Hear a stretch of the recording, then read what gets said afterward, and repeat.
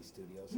Right now we're here with Caleb, Nathan, Jared, and Matthew from Kings of Leon. Guys, great to see you, and thanks so much for doing the performance. It was really incredible to have you. Yeah, it was fun, man. Thanks for having us. No problem. Was it fun to be here in Electric Lake, knowing the history of this studio and how many great rock and roll records you're recording here? Yeah, absolutely. It was actually about 2 songs in, and I started looking around, and it kind of sank in what we were actually doing here. But yeah, it's amazing. It's a cool studio too.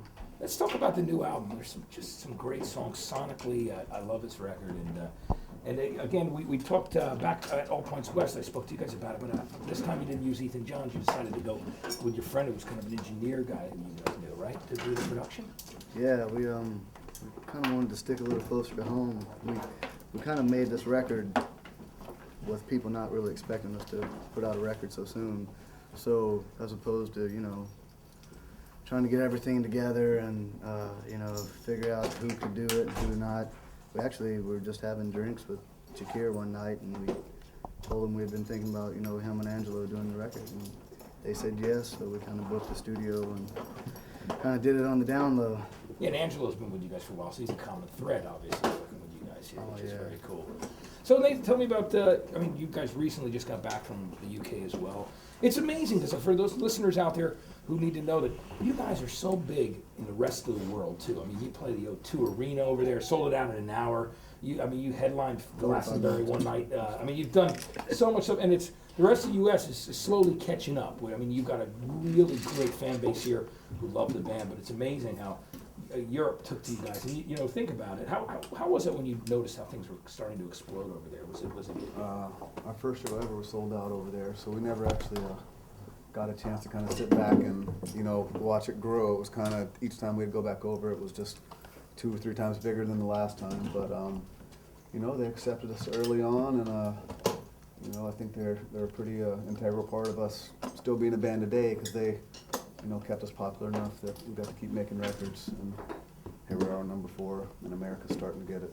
Yeah, the record actually, is coming out today, which we're all excited about. Talk about being in the studio and the experience of being in that studio. Did you know it was only going to take like 5 or 6 weeks, or did you think it might take a couple of months?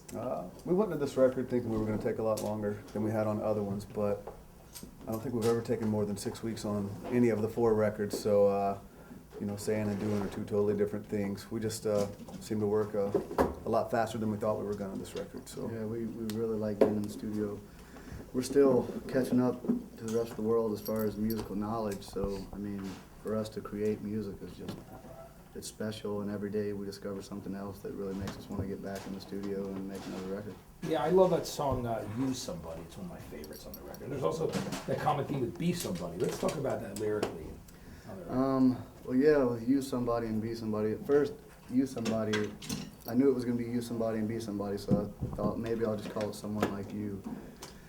And then I just kind of started thinking about it, and I think it's, the thing with calling it Use Somebody, it could be taken a lot of different ways. You don't know if it's, a negative thing or saying that you could, actually need someone on your side. But yeah, I thought it would be cool to have Use Somebody and then Be Somebody, because one of them's like really, it's kind of vulnerable, and the other one's kind of a little more arrogant.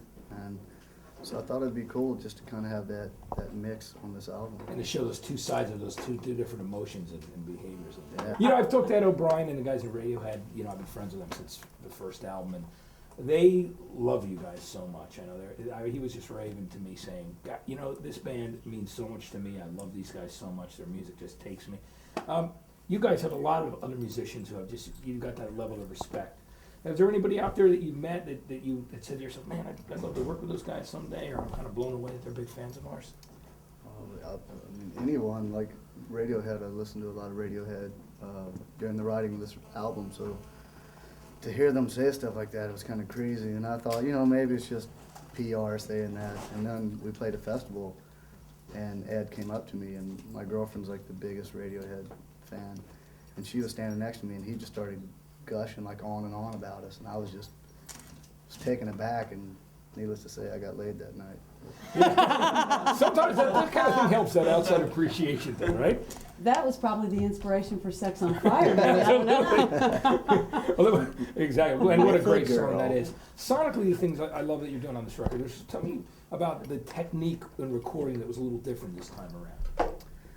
We just knew this record, like the last 3 records, we kind of had a live feel and a live vibe, and like I said earlier, this record we wanted to take our time and, you know, work on different sounds and experiment, and I don't know, with you know, Jakir and Angelo, it was a lot easier to go in there and, you know, try stuff out, and they were very cool and would let us just, you know, be the mad scientists in there and, you know, try anything we wanted to, and you know, it actually turned out pretty good because we actually used a lot of stuff on this record that, you know, on the last 3 we would have been scared to try to do. We can't help but record live because that's what I think separates us from other bands, is that when you put us in a room together, it just kind of, the magic happens. But with this production team, it didn't sound live, you know? It sounded like we were in there doing things separately, but we just did it the same way. I think they just knew a few tricks that, you know, we haven't tried in the past. That doesn't make it sound like sonically like there's just a lot of ethereal layering, cool things going on there.